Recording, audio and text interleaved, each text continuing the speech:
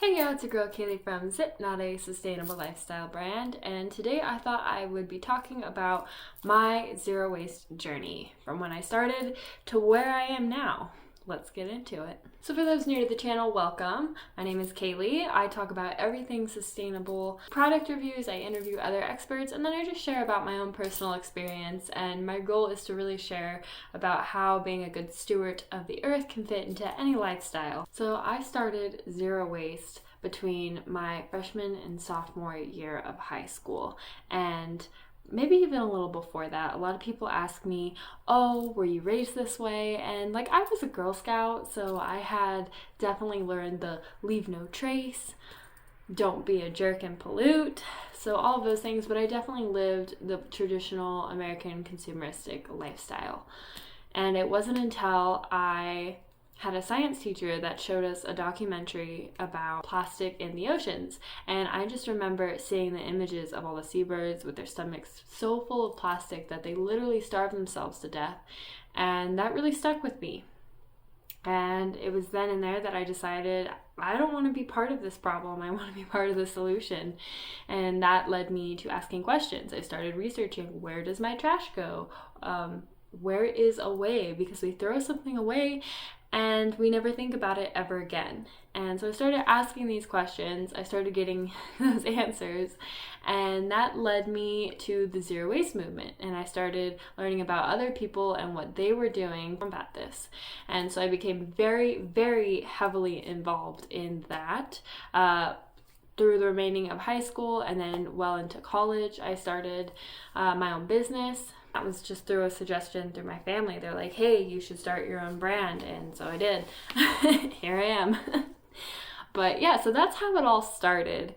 Now things have changed, and we discussed this. If you've seen my interview with Gwen, when we talked about zero waste burnout, she definitely talked about her experience too, from then to now, her whole approach, and something similar. And then so through the beginning, I was extremely militant about this, and very similar to Gwen's experience. I would not eat anything that was in plastic.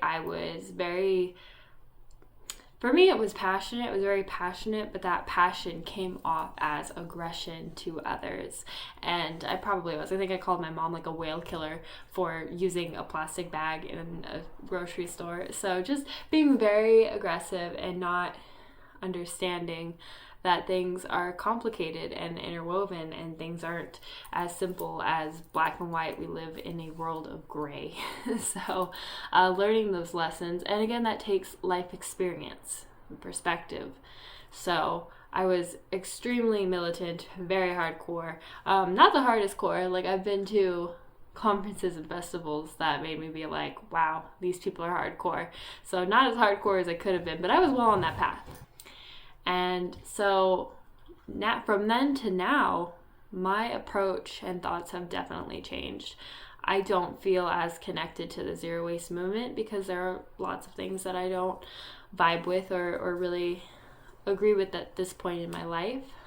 Again, comes with life experience, perspective, and meeting all kinds of people, not just being in one little echo chamber. That has really helped a lot, doing a lot of traveling, and just understanding that people have different circumstances. I still believe in that quote, not everyone can do everything, but that everyone can do something. And I still believe in being a good steward of the earth and teaching this to others. But what I've learned is that, similar to Gwen's experience, this individualistic approach has its place. And I think it's very important. It's this delicate balance. But it's crazy, the older I get and the more I learn, I found that I relate more to the homesteaders and the off-grid, self-reliant community than I do with the zero waste community. And this is for a lot of reasons. I'll have to do like a whole another story time on when I realized that I was in a cult. It's definitely a cult. There's an indoctrination process, and I want to share all of that. I'm gonna spill the tea. Let me know in the comments below if you want to hear what I have to say and my thoughts on that. Even though some of my views and things have changed and perspective has changed, I still firmly believe in being a good steward of the earth and in teaching others how to be good stewards of the earth, no matter your political preferences, no matter where you live or what kind of lifestyle you want. I firmly believe that living low waste, eco-friendly, whatever label you want to slap on it, basically living in harmony with the earth has a lot of value. It has a lot of emotional and mental value. Being surrounded by garbage is not good for your mental health. They've been doing studies on that. Also, I've just been really getting into more self-reliance. We're living in crazy times. I guess everyone's always lived in crazy times. What a wild time to be alive.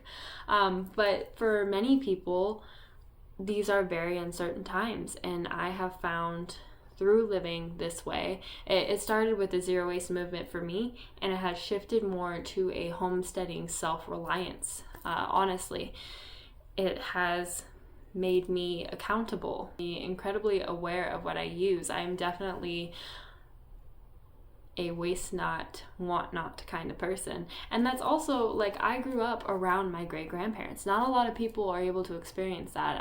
My great-grandparents were my neighbors, and many times I have sat and had conversations about their life in the Great Depression and in World War II. And those conversations have always stuck with me.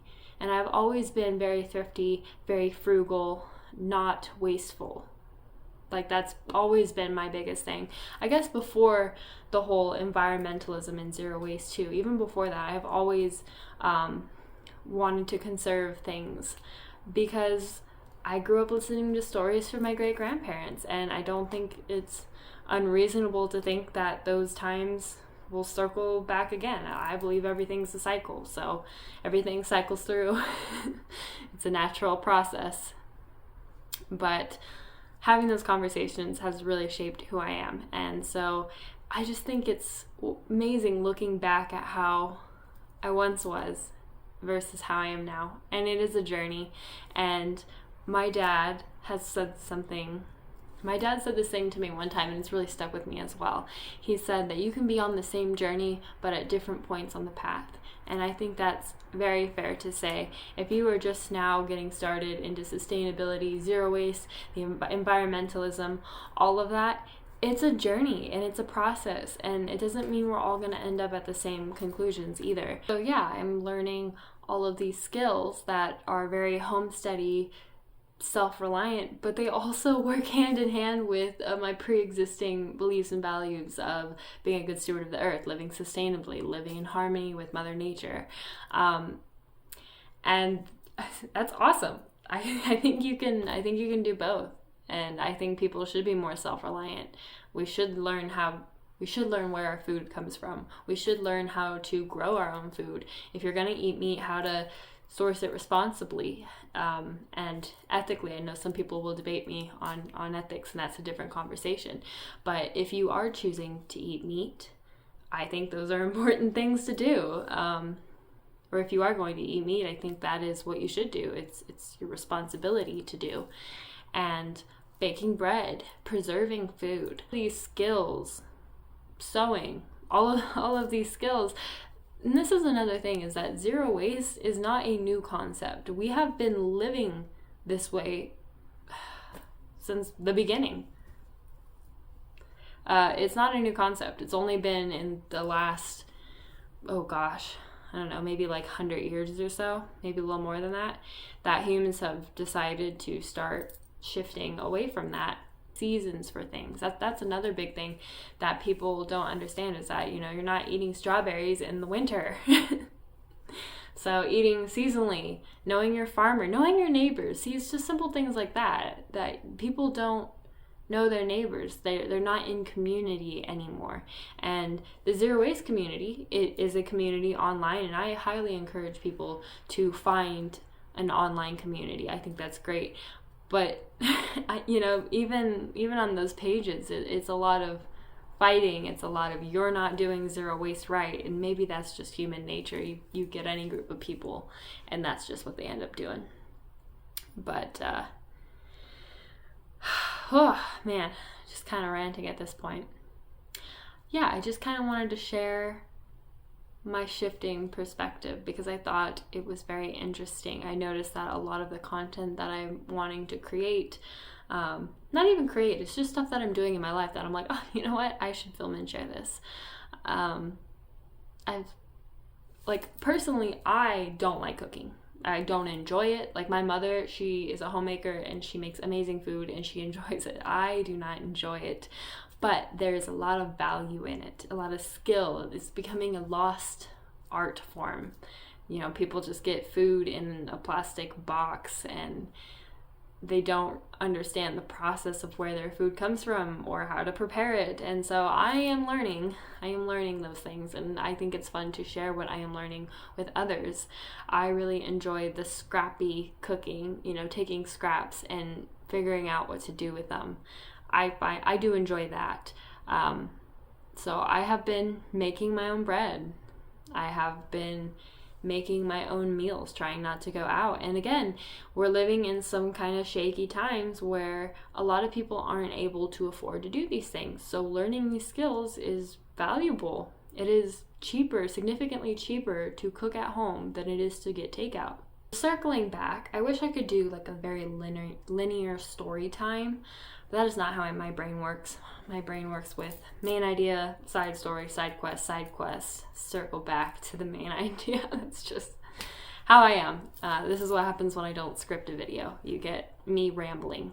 And if you made it this far, awesome.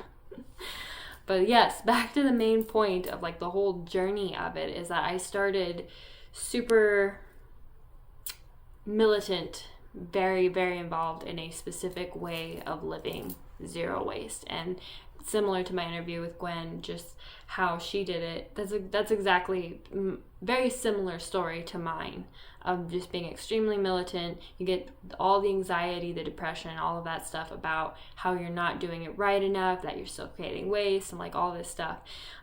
Once I started shifting into more the natural, holistic way of living, that stuff kind of vanished for me. But yeah, I just focusing on myself and sharing what I'm doing with people. If it resonates, awesome. If it doesn't, cool. But I ain't sweating it. I ain't worried. In the mountains, baking pies, living a good life. I'm happy. So, and I want you to be happy. I want you to be empowered. I want you to benefit. Like, my life has been so greatly benefited through this. So yeah, I'm going to end this rant. If you made it this far, awesome. This is what happens when I don't script a video and I'm just like talking. So let me know your thoughts. I love to hear your different thoughts and opinions, so don't forget to comment it. Please subscribe, like, all of that stuff that you hear all of us YouTubers say all the time. And yeah, that's just kind of like my journey. Super, super militant zero waster to more easygoing homesteader is kind of like what I'm going for. And even like my teaching, my teaching has shifted. I used to be, again, like, you have to do it this way, and this way.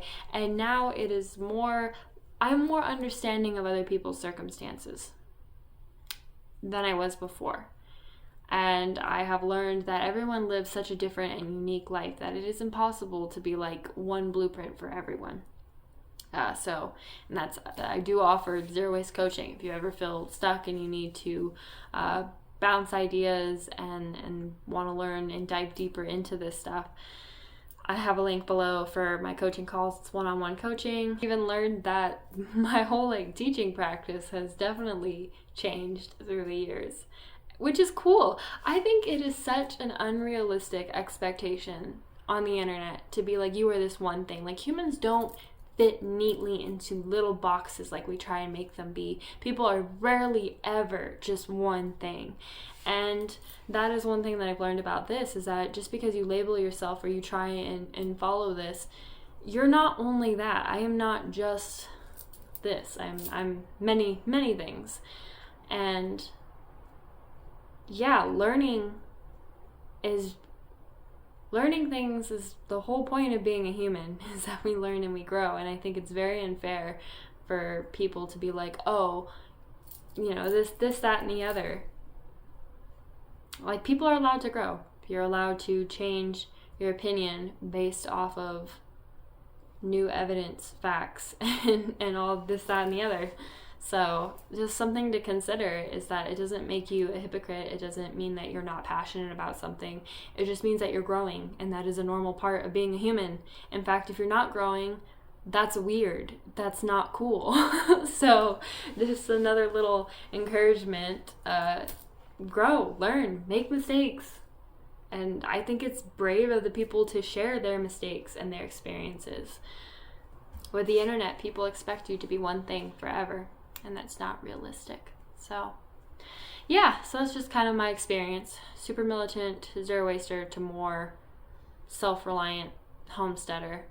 Still trying to teach the message of being a good steward of the earth. Still trying to teach people how to minimize their environmental impact. It starts with baby steps. It also starts with not being a dick, to be quite honest. To realize that you're going to make mistakes. To focus on yourself. Like, be the example that you want to see. A lot of preaching all the time. Practice what you preach. Practice what you preach. Sometimes you don't even have to preach. Just do the work. Do the actions. And people will be like, wow, what are you doing? That's when you're teaching people. And I've learned that. You know, I've learned to stop no all the time, and to listen to other people's and their perspectives, and to just do what I'm gonna do. I've noticed that I've gotten a lot farther with people doing that than I have just. So anyway, I'm going to end this video. Thank you for listening to my rant and to my TED Talk. Please subscribe if you haven't already. It helps the small YouTubers out. I appreciate you all, and as always, have a beautiful day. Bye.